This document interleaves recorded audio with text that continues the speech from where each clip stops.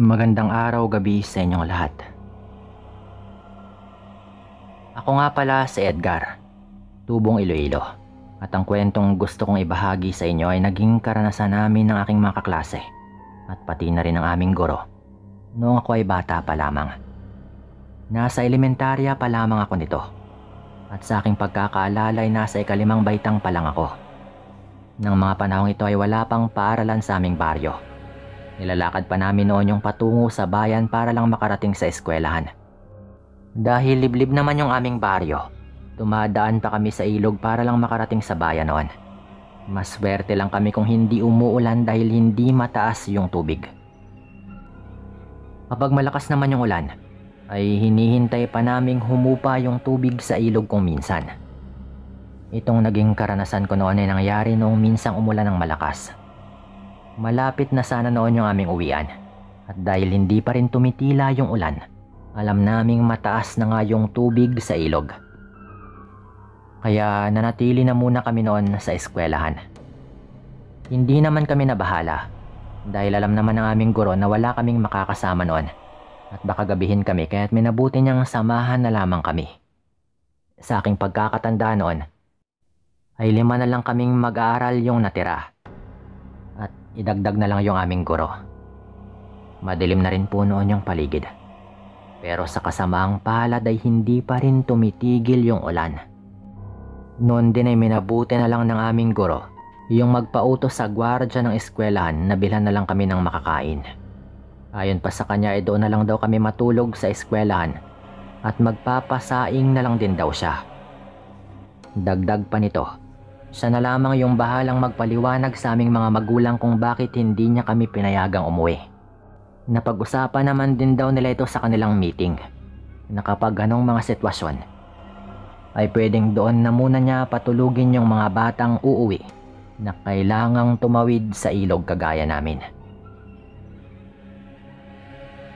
Ginawa nga ng guro noon yung kanyang mga sinabi at ayon pa sa kanya ay doon na lang kami matulog sa eskwelahan. At yun nga po. Pagkatapos po nun, naglabas na nga siya ng mga delata na siyang magiging ulam namin noon. Noong maluto naman yung sinaing ay agaran din kaming kumain. Nasa kalagitnaan na nga kami ng aming pagkain noon noong mapansin ko na parang balisa po itong aming guro. Nagtanong naman ako kay ma'am noon kung ano nga bang dahilan at ayon dito, parang kakaiba daw yung kanyang kutob. Napakunot po ako noon ng aking noo. Pati na rin yung aking mga kaklase. Lalo na nga nung sinabi ng aming guro na parang malinsangan yung paligid kahit hindi naman. Tumila na rin po yung ulan noon. At nagtaka nga si ma'am noon gayong pinagpapawisan siya ng malapot. Dahil dito ay binuksan nga niya yung ventilador. At doon nga siya pumwesto sa harap noon. Ipinagpatuloy namin noon yung aming pagkain. Pero hindi pa man kami tapos noon, ay napasigaw na nga bigla si ma'am. Lahat kami natigilan at napalingon dito. At ganoon na lang din yung aming gulat nang makita namin siyang namimilipit. Dahil sa sobrang sakit ng kanyang tiyan. Agad kaming napalapit sa kanya noon at napatanong kung ano bang nangyari. Pero ayon dito, sobrang kirot daw ng kanyang tiyan na parang pinipilipit daw yung kanyang mga lamang loob. Mabuti na nga lang po noon at may isa kaming kaklase na merong dalang gamot na pangpahid sa tiyan. Ibinigay po niya yon kay ma'am at saka hinayaan namin siyang makapagpahinga. Ipinagpatuloy na lang din namin noon yung aming pagkain hanggang sa makatapos na rin kami. Dahil nakabukas noon yung bintana, inutusan ako ng aming guro na isara muna yon. Napatango naman ako sa kanya at pagkatapos ay lumapit na sa bintana para isara yon. Bago ko tuluyang saran yung bintana, napasilip pa nga ako sa labas noon. At nagtaka ako dahil may nakita akong matandang babae roon na nakatitig sa mismong kwarto kung saan nga kami naroroon. Hindi pamilyar sa akin yung matanda. Kaya tinignan ko nga siya ng maigi para makilala ko. Pero nung makita niyang nakasilip ako sa kanya, tinignan po niya ako noon ng mabalasik at saka nagmadali na siyang umalis. Kinutuban ako ng hindi maganda sa matandang yon. Kaya minabuti kong isara na lang yung bintana. At pagkatapos kong maisara yung mga yon, lumapit nga ako sa aming guro na panay na rin yung pagsapu sa kanyang tiyan. Sinabi ko sa kanya na may nakita kong matanda sa labas ng kwarto. At nakatayo lamang yon habang matalim na nakatitig sa aming kwarto. Nagtaka naman yung aming guro at nagtanong kung kilala ko ba yon. Pero agad din akong napailing sa kanya. Pansin ko noon na parang kinilabutan siya noong sinabi ko yon. At medyo nanginginig pa yung kanyang mga bibig noong magwika ito. Ayon pa kay ma'am, baka aswang umano yung matandang yon at nagkataon din na napadaan sa aming eskwelahan at nakisilong dahil umulan ng malakas. Sinabi rin niya sa amin noon na nasa 2 buwan yung kanyang dinadala. Buntis po pala yung aming guro at malamang ay naamoy umano yun ng aswang noong sumilo nga siya sa may eskwelahan. Lahat kami kinilabutan noon. Pero ayon sa aming guro ay hindi dapat kami matakot. Pwede naman daw kaming makahingi ng tulong sa tanod na nagbabantay sa aming eskwelahan. Sinabihan na lang din niya kaming magdasal na lang at idalangin na walang masamang mangyari sa batang kanyang dinadala at pati na rin sa aming lahat. Nasa kalagitnaan kami ng aming pagdarasal noon nang makarinig kami ng kalabog sa bubungan ng eskwelahan. Noong una isang pagkakataon lang yon pero sinundan po yun ng magkakasunod na mga kalabog. Ganoon na lang yung aming pag-aalala para kay ma'am. Dahil nagsimula na naman siyang makaramdam ng kirot sa kanyang tiyan. Habang ganon nga yung sitwasyon, lalo pang lumakas yung kalabog sa bubungan. Tinignan po namin yon at nagulat kami nang makitang parang sinasadyang sirain yon. Kasunod po nito, may narinig kaming pagyabag doon. Kaya lalo pang tumibay yung aming hinalang merong kung anong nilalang sa ibabaw. Napabaling na lang din noon yung aming pansin kay ma'am nang sabihin niyang merong aswang sa ibabaw ng bubungan.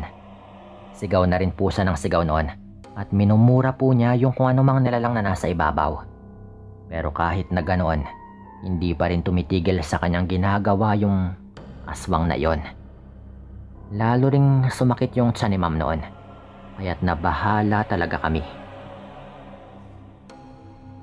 Nang halos ilang minuto nang ganoon yung aming sitwasyon, nagpasya na nga kami ng aking isang kaklase na lumabas at manghingi ng tulong sa tanod na nagsisilbing gwardiya ng aming eskwelahan. Ayaw sana kaming payagan ng aming guro dahil baka kung mapano raw kami. Pero sinabi namin na kailangan na naming makahingi ng tulong upang mapalis yung kung anumang nilalang na nasa bubungan. Dahil hindi abot ng aming paningin yung ibabaw ng bubungan noon ng aming kwarto ay hindi namin nakita yung aswang na naroroon. Napatakbo na lang kami noon patungo sa gwardiya ng eskwelahan at nang naroroon na kami, agara naming sinabi sa kanya yung patungkol sa pang-aswang kay ma'am. Napamura naman po noon yung gwardiya at sinabi niyang inaakala lamang niya na pusa yung gumagawa ng ingay sa bubungan. Kaya't hindi daw niya pinansin kahit medyo narinig din naman niya.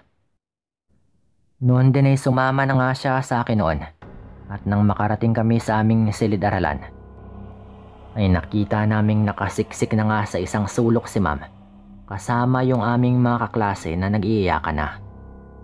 Nagtanong naman agad yung tanod noon kung ano bang nangyayari. Kaya itinuro ni ma'am yung butas sa bubong. Sinabi rin niya na muntika nang makuha ng aswang yung sanggol na nasa kanyang sinapupunan. At mabuti na lang daw at naging alerto rin yung aming mga kaklase. Noong panahong yon ay nakarinig na kami ng ingay sa ibabaw. Noong una ay parang may kung anong sinisira roon. Pero nasundan po yun ng mahinang paghuni ng tiktik.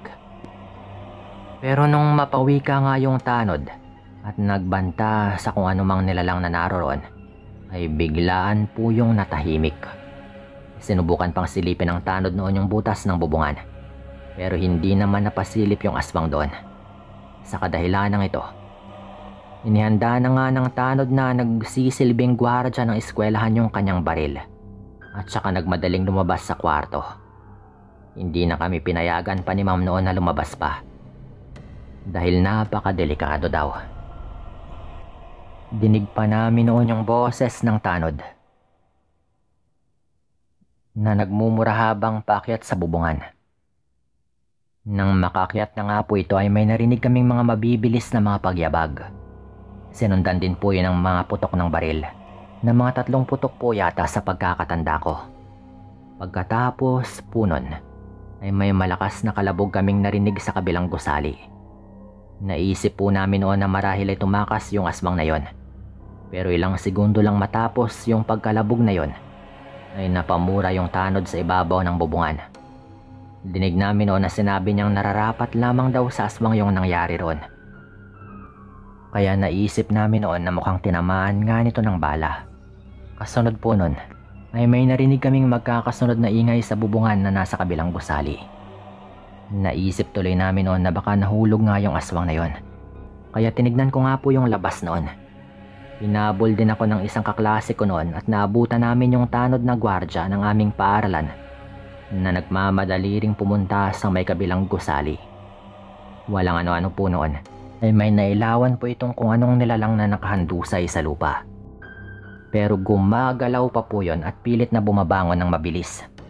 Bago pa man makarating doon yung tanod, ay nakabangon po yung nilalang at mabilis na tumakbo palayo. Hindi na nga po namin nagawang pumirmi noon sa aming kinaroroonan at napatakbo rin po kami doon. May mga dugo po doon banda pagdating namin pero wala na po doon yung nilalang.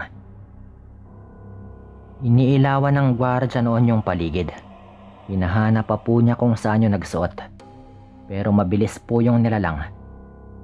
Dahil mukhang hindi po ito napuruhan sa tama ng bala sa kanyang katawan. Ayon pa sa gwardya, mukhang isang bala lang daw yung tumama dito. Kaya't nagawa pa rin niyang makatakbo. Lalo na kung hindi naman sa kritikal na parte ng kanyang katawan sa tinamaan. At isa nga pong aswang yung pinag-uusapan dito. Habulin pa sana yun ng gwardya. Pero nagmakaawa po kami noon na wag niya kaming iwan, lalo na nga si ma'am. Sumigaw na lang po yung gwardya noon na wag nang babalik pa yung nilalang na yon sa amin. At baka mapatay na nga po niya yon. Pagkatapos naman po nun, nung binalikan namin si ma'am, nakapagtataka po noon na agaran ding nawala yung pamimilipit na kanyang nararamdaman. Mukhang sumasakit po yun ng labis kapag nasa paligid yung aswang dahil inaaswang nga po siya nito. Ang sabi ng tanod noon, kitang-kita daw po niya noong papalapit siya kung gaanong natakot yung nilalang na maabutan nga siya nito at baka mabaril pa ulit. Ang sabi pa nito, kahit daw pala isang aswang ay nakakaramdam rin ng takot kapag nahaharap sa panganib. Lalo na kapag may dalang armas yung kanyang nakaengkwentro. Gaya nga ng aming gwardya na merong baril. Nang hihina po noon si ma'am, kaya't pinahiran po namin ng gamot yung kanyang tiyan. Ayon sa kanya, akala raw niya ikamamatay na nga niya at ng kanyang dinadala yung mga nangyari. Lalo at grabe daw talaga yung sakit na kanyang nararamdaman na parang araw siyang makukunan ng wala sa oras. Sa kabutihang palad naman po noon hanggang mag-umaga ay hindi na rin bumalik pa yung naturang aswang. Pero dahil sa lakas po ng ulan, nawala nga po yung mga bakas ng dugo noon sa lupa. Ganon din sa bubungan, na ayon pa sa gwardya ay meron din daw doon. Noong pagkakataong nagawa nga niyang tamaan yung nilalang, binura po lahat yun ng ulan. Gayon pa man, naging usap-usapan pa rin po yung nangyari sa aming eskwelahan noon. Marami mang hindi naniniwala, pero ayon sa aming principal po noon, ay wag nang ipagsabi kahit kanino pa yung mga nangyari para hindi na nga lalong kumalat at baka masira pa umano yung reputasyon ng eskwelahan. Lalo at wala naman kaming ebidensya sa mga nangyari, bukod pa sa testimonya lang ng gwardya, ni ma'am at naming mga estudyanteng natira doon. Naging bali-balita rin po noon na may isang matandang namatay sa kabilang baryo dahil umano sa tama ng bala. Wala ring nakakaalam kung saan nga ba yun nagpunta at kung paano nga niya nakuha yung kanyang sugat. Pero kami, naging malakas po yung kutob namin noon Na yun na nga yung aswang na sumubok namang biktima kay ma'am, na hindi rin naman nagtagumpay dahil nabaril siya ng gwardya. Sa kabutihang palad naman po noon, ay walang nangyaring masama sa kanyang dinadalang sanggol. At magmula naman po ng gabing yon ay hindi na rin yun naulit. Hindi na rin po kami ulit nalagay sa ganong sitwasyon na kinailangan naming doon matulog sa eskwelahan. Hanggang sa maipanganak na nga po ng aming guro yung kanyang dinadala nang wala namang naging problema. Kami-kami lang po yung nakaalam noon sa totoo talagang mga nangyari sa kabuuan. Grabe rin po yung pasalamat ko at walang napahamak. At dito ko na rin po siguro tatapusin yung kwentong ito. Maraming salamat po sa lahat ng mga nakinig at paalam.